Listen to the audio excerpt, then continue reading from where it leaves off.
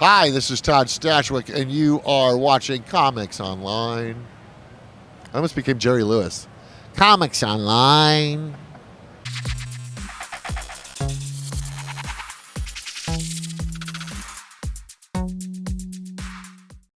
James, it's not every day that we get to bring in a Starfleet captain to talk about Lobo, but we have Todd Stashwick with us to talk about your Lobo book. I mean, he's a space alien, so it does kind of work, you know? Keeping in theme. Lobo is, yeah. Yeah, you're not the space alien. Well, aren't we all? I mean, Spaceship Earth. Yeah, it's true. We're all Earthlings here. So let's start. James, talk about your project. I know you've been working on this for 30 plus years. Bringing this project to life, we'd love to hear. To be fair, it's really like 3 years. When the pandemic started, I started working on the book. But I've been collecting for the 30 years, and maybe about 20 of those as my cataloging of every appearance and cameo that he's made, obsessively, just going through long boxes looking for anything that had it, you know? So, I mean, I went deep in. If his name is mentioned, anything, it's in there. Yeah. So when the pandemic hit, I just started doing it. You know, and it turned from a catalog into, I wanted like a Cliff Notes. So my memory isn't great anymore, so I needed that reference, you know? And then that turned into, it's his 40th anniversary. Let's do a whole history. So 416 pages later, I'm here. It's so great. It's so great. It stopped me dead in my tracks when I was walking because, like, in the 90s, like, Lobo, he's the main man, right? And so rarely do you see the love, him getting the love that he deserves. And this man is preserving a legacy in this book. So I had to stop while I was walking because you know, when I was reading comics when I was in college and whatnot, just reaching for the Lobo comics, the viscerality of it, the humor, the over the top of it all, but at the same time he's a genius. Yeah. Like so, it's this great mix of elements. He's not just a thug; he's also irreverent, and he's a conniving son of a bastard. Son of a bastard. Yeah. And you know, and Mr. Gunn, if you're listening, come on, let's do this. So why do you guys think that this character has stayed so prominent in fandom for so long? It's a good question. I think it's most of what Todd just said. That it's just, you gravitate towards him. He's the badass biker, you know, but he loves his fishies. He loves his fishies. You know, loves his dog. He's got a heart, but he's stopping Superman. Like, you know, it's...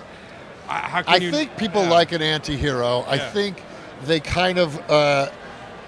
because at the same time, and then he'll, like, escort little old ladies. Like, because there's this great dichotomy of this character, right?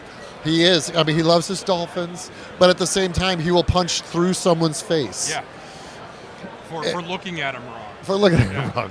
I mean, he killed his entire planet. So he is the last Zarnian. Like, he's just, I love it. I love it. It's just so fun. You know? That's exactly what it is. It's really playful. It's just pure fun.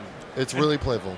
And somebody's so, like, that you assume that he's a bad guy, and he's a bad guy, but I mean, he's a member of the Justice League on numerous occasions. Yeah. Retcon, he's a founding member of Suicide Squad. You know, he was a member of Legion, and it's kind of Deadpool meets Guardians of the Galaxy. It has this great balance of just bonkers cosmic adventure, but then there's it's very meta. It's very self-reflective. In the comics, he talks to you. Yeah. You know, and does stuff to the audience. And any particular story arc that you guys gravitate towards? I'm gonna let the master. What's your go-to story? Okay. Well, I have to always go back to Lobo's Back, the second miniseries that he did, 1 through 4, because that was my first like thing that I saw. The Bite Me fanboy for mature readers. I'm not as much of an archivist as him, so it's more of just the experience of the whole thing.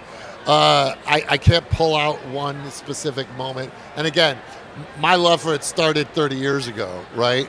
And so there's a lot that's happened in between, which is why I'm dying to dive back into this book, because the book is then going to push me back into the stories. I'm like, oh, I want to get back to it. So pick up You hold this bad boy.